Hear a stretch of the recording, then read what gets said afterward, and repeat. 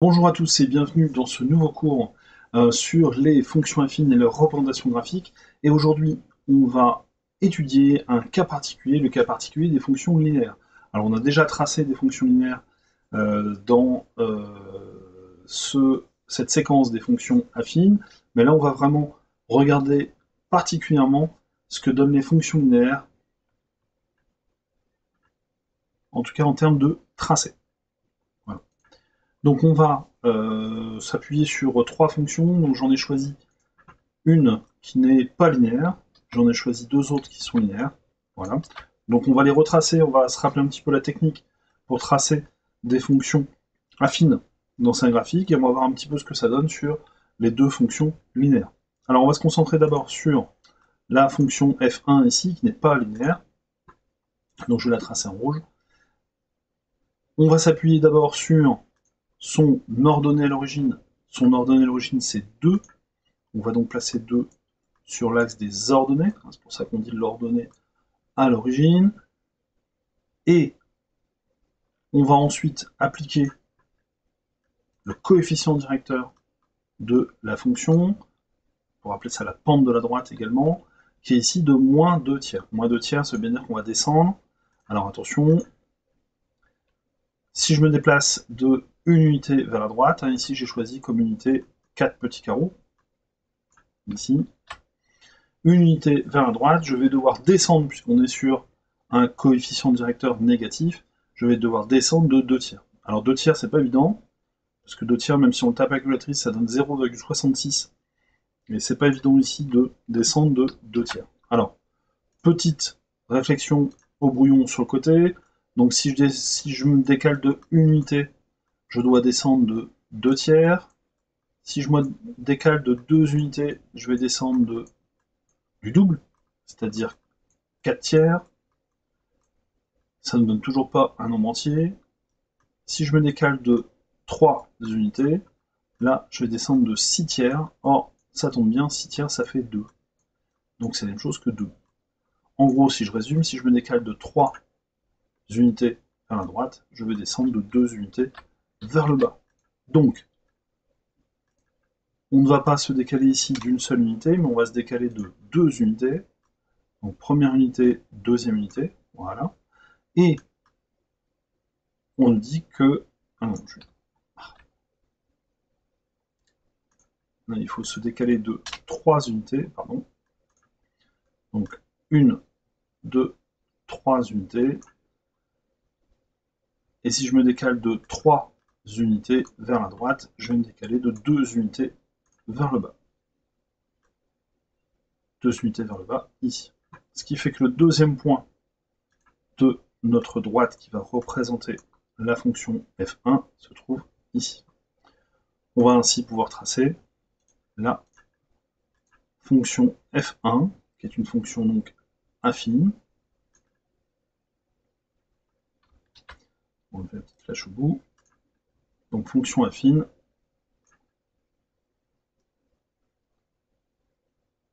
On n'hésite pas à nommer cette droite avec la courbe, un grand C majuscule, courbe représentative de la fonction f1. Voilà. Bon, en tout cas, ça, c'est une non affine. On peut gommer ça, c'était au brouillon. Donc, pour réussir à tracer cette courbe, et on va passer donc à la fonction f2. On va la faire en vert, par exemple. Son ordonnée à l'origine. Son ordonnée à l'origine, elle est de 0. C'est d'ailleurs la définition d'une fonction linéaire. Ici, on a plus 0, je l'écris, mais on va l'effacer tout de suite. On ne l'écrit pas justement, mais il faut imaginer un plus 0, ce qui veut dire que ma fonction verte va passer par ce point-là, sur l'axe des ordonnées, le point qui a pour coordonnée 0, 0. On va lui appliquer un coefficient directeur. Ce coefficient directeur, je vais le repasser en jaune encore ici. C'est un coefficient de 2.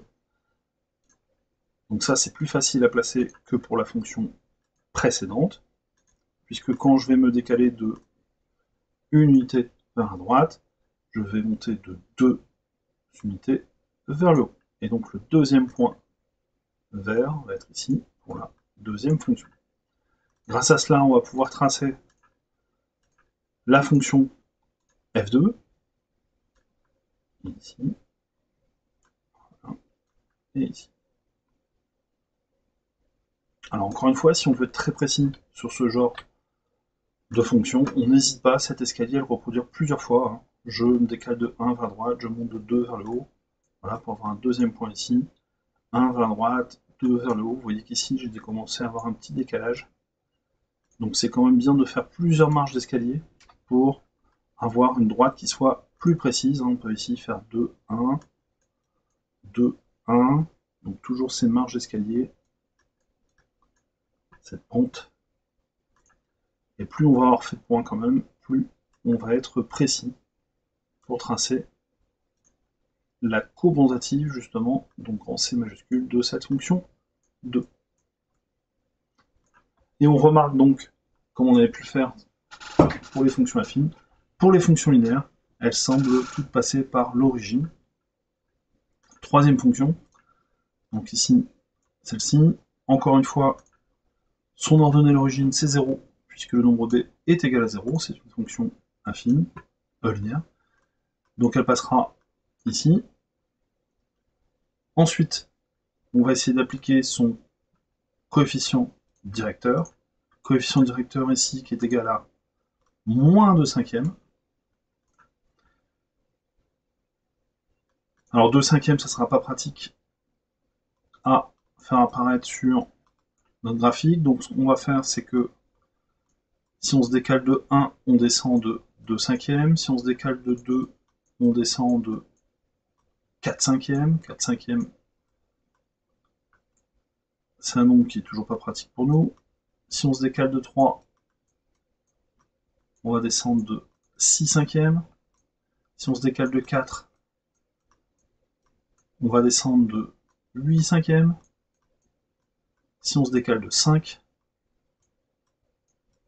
on va descendre de 10 cinquièmes. Et ça, 10 cinquièmes, ça nous intéresse plus, puisque ça fait 2. Donc on va descendre de 2.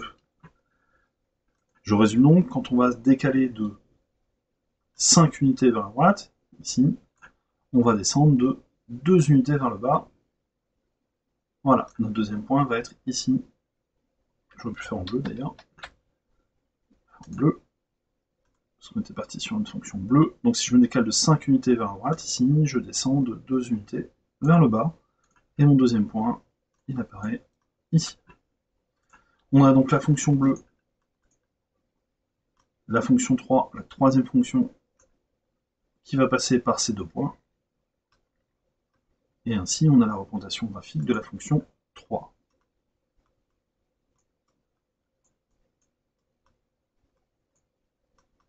Voilà.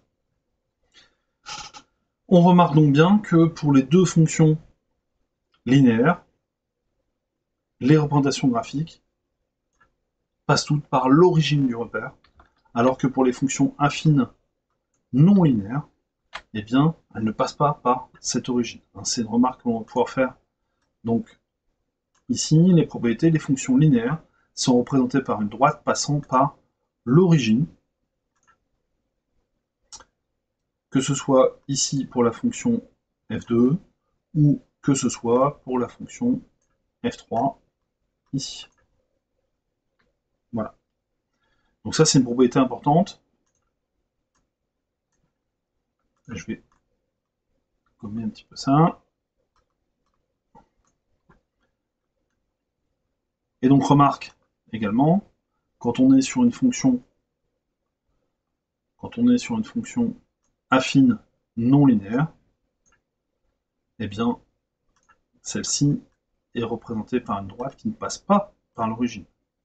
J'espère que tout le monde voit que cette droite ne passe pas par l'origine.